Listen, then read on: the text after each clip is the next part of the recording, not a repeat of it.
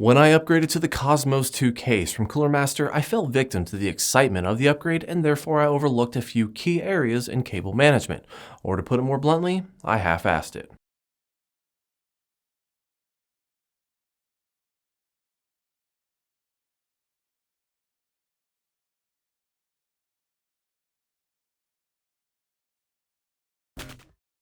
Now, I did get a few cables tied down and I was able to close my door without a problem, but later on when I had to make a few changes like adding fans or swapping drives, I ended up with a big bundle of uncontrollable mess of cables. Because it got so bad, I just left the side door open with the intent of correcting the issue on another day. Well, this day has come and I have finally decided to tackle the problem. For starters, this is in no way meant to be a complete experience tutorial on how to properly manage cables in your computer, mainly because I've only done this 3 times in my life, and only 2 of those I can actually be proud of.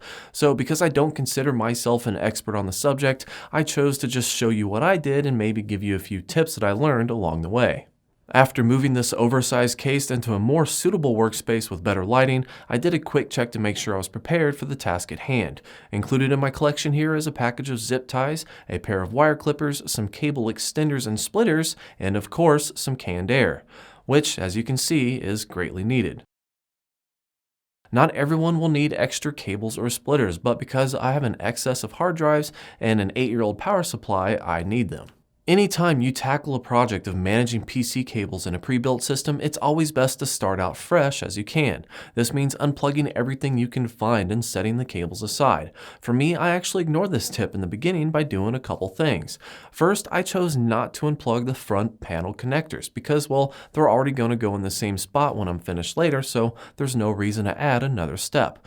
Second, I initially tried to avoid having to remove the video card because of how big it is and how difficult it is to put it back into place. Only after a few moments I found out that I didn't have access to the SATA ports that I needed, so I had to remove it anyways. Go figure. Once I had everything inside unplugged, I went to work on the outside cables to finish unplugging and removing everything I could. Keep in mind that I am not actually removing any other components like hard drives or the power supply. I'm only taking out or moving the cables themselves. As I went along, I took the opportunity to do a little bit of cleaning. Unfortunately, I was running low on canned air, so I had to use it sparingly. I still wanted to make sure that I tackled the really bad spots though that might be difficult to reach after I was done. After that, I started to unravel the rat's nest of cables I had left over. As you can see, I still have a patch of cables running from the top of the case to the bottom. These are the cables that I decided to leave plugged in and just work around as I went along. Partially because they would end up being put in the same exact spot and also partially because I didn't want to have to replug them into those tiny little connectors. I knew that I would be finding a new location to store these old leftover cables, so I worked on untying and sorting them out. Most of them belonged to unused fan connectors and one was from my front eSATA port that I never use. To be honest, I was half tempted to just start snipping most of these wires out, but after I thought about it, I just couldn't bring myself to do it.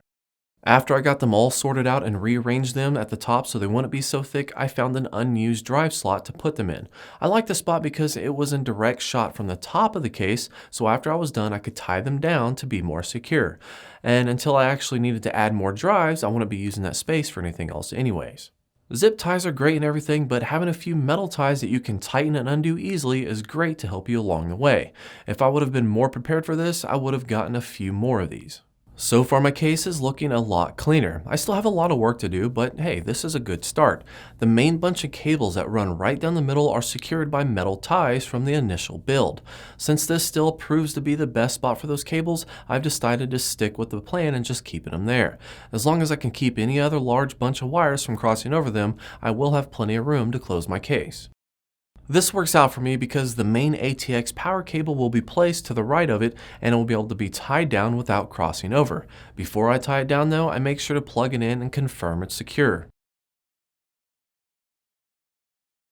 Once done, since this is a main cable with very few options to be moved around, I go ahead and pick the best spot to zip tie it to the case. I would have preferred to use a metal tie so I could have still attached cables to the side of it if I needed to later. But again, thankfully, zip ties are cheap. Now I had to figure out where I wanted my 6-pin power cables to be ran. I initially wanted to run them through the traditional manner through the back slots close to the main power line. To be honest, this probably could have worked just fine, but when I tested it out, the wires felt too bulky, and I didn't have the right tie-down spots to spread them out like I wanted to. I knew these cables had been a problem for me in the past, so I decided to take an alternative route.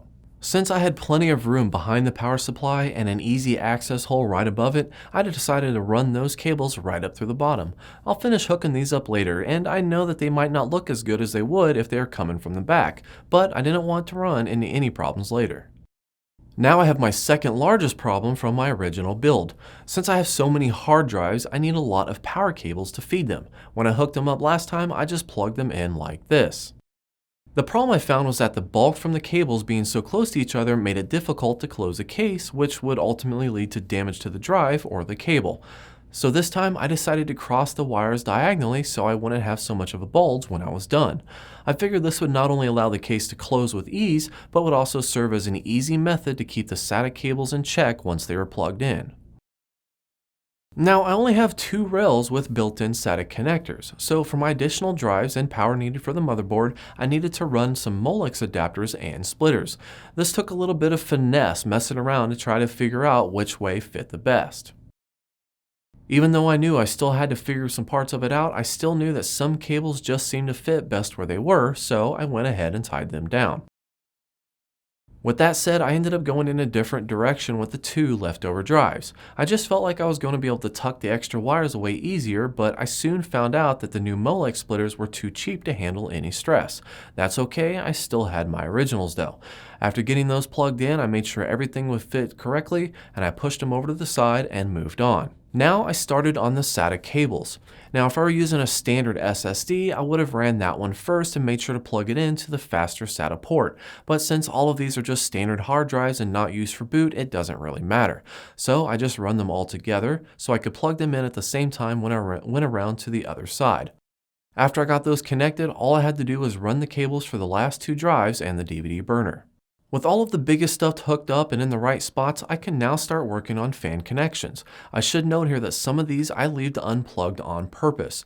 When I bought the case, I also bought multiple fans to go with it, and after I installed them, they sounded like a jet engine had landed in my room. And when I used the fan controller on my case, at low RPMs, they sounded like a dying cricket. It's on my list of things to replace in my computer. At this point, I remember that I forgot about my 2 hot swap bays that were permanently connected on the other side. Thankfully, I had an easy path for them to follow, so it turned out not to be much of a problem. After checking the back, plugging in a few last wires, and hiding the rest, it was time to reinstall the graphics card. Like I mentioned before, this card is kind of a pain to secure in because of its size. I have to somehow fit 2 fingers in there while trying to fit my screw into the hole. With enough tries, it goes in, and now I'm ready to plug in the wires. After I hook up the adapters and plug them in, then I try to pull all the extra cables through the bottom while not putting more stress on the card. I position them so that they're out of the way, but they're not pulling down on the card itself. It's big enough, it doesn't need any more weight on it.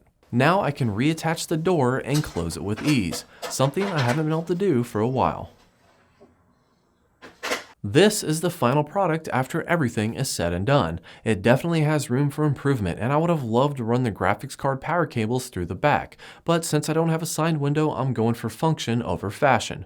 When I finally upgrade my system, I will look at a modular power supply with 8-pin power rails that will allow me to do it correctly. It's safe to say that I still need a little bit of practice in cable management. Although I got everything to work and close correctly, I've seen a lot of other people do a lot better of a job. It would have been nice though to have different size SATA cables that may be all matched in color, or maybe even a modular power supply that had all of the connections I needed so I wouldn't have to use splitters or extenders. At the end of the day though, it works. Everything else is just self-indulgence. I'm open for tips and tricks, so hey, if you have any, please make sure to tell me about them in the comments. And as always, if you liked the video today, make sure to click like and subscribe below.